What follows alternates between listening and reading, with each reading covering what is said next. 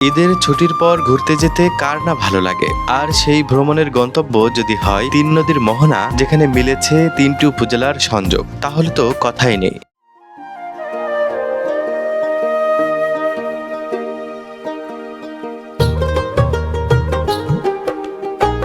আজ আমরা চলে এসেছি সাতক্ষীরা জেলা শহর থেকে প্রায় ৩৫ কিলোমিটার দূরে অবস্থিত মনোমুগ্ধকর ত্রিমোহনীতে। প্রকৃতির অপরূপ সৌন্দর্য আর নদীর শান্ত পরিবেশ এই স্থানটিকে অন্য উচ্চতায় নিয়ে গেছে। সড়ক পথে আশাশুনি উপজেলা থেকে সিরিউলা হয়ে প্রতাপনগর ইউনিয়নের শেষ প্রান্তে এসে শেষ হয়েছে এই রাস্তা। এরপরই শুরু হয়েছে নদীর বিস্তীর্ণ জলরাশি। মনে হবে যেন রাস্তা এসে মিশে গেছে প্রকৃতির বুকে।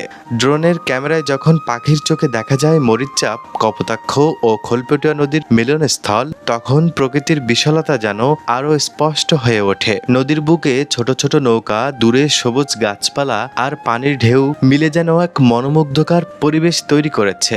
এলাকার তিন নদীর মোহনাকে ঘিরে স্থানীয় মানুষের জীবনযাত্রা গড়ে উঠেছে। প্রতিদিন নৌকায় করেই তারা এক এলাকা থেকে অন্য এলাকায় যাতায়াত করেন। একপাশে আশাশুনি উপজেলার প্রতাপনগর, অন্য পাশে আংশিক কালীগঞ্জ ও শ্যামনগর উপজেলার অংশ। তিন উপজেলার এই সংযোগস্থল প্রকৃতির পাশাপাশি ভৌগোলিকভাবেও বেশ গুরুত্বপূর্ণ। আমরাও সুযোগ হাতছাড়া করিনি। জনপ্রতি মাত্র ৫০ টাকায় নৌকা ভাড়া করে ১ ঘন্টার অধিক সময় ঘুরলাম এই তিন নদীর মোহনায়। চারপাশে খোলা আকাশ, সব মিলে অন্যরকম অনুভূতি।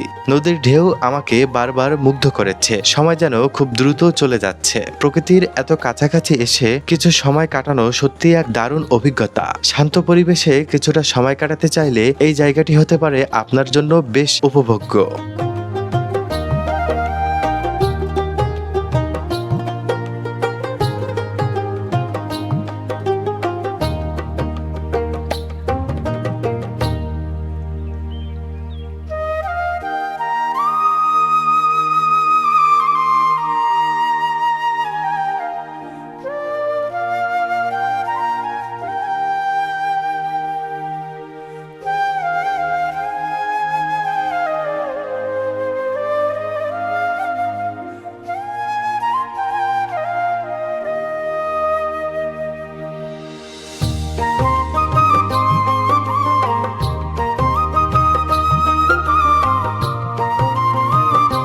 আজ একটু সন্ধ্যার আগে এখানে এসেছিলাম, তাই ভিডিওর কিছু অংশ হয়তো আলো কম থাকতে পারে, তবে পরিবেশের সৌন্দর্য একটু কমেনি। দেখা হবে নতুন কোনো ভিডিওতে।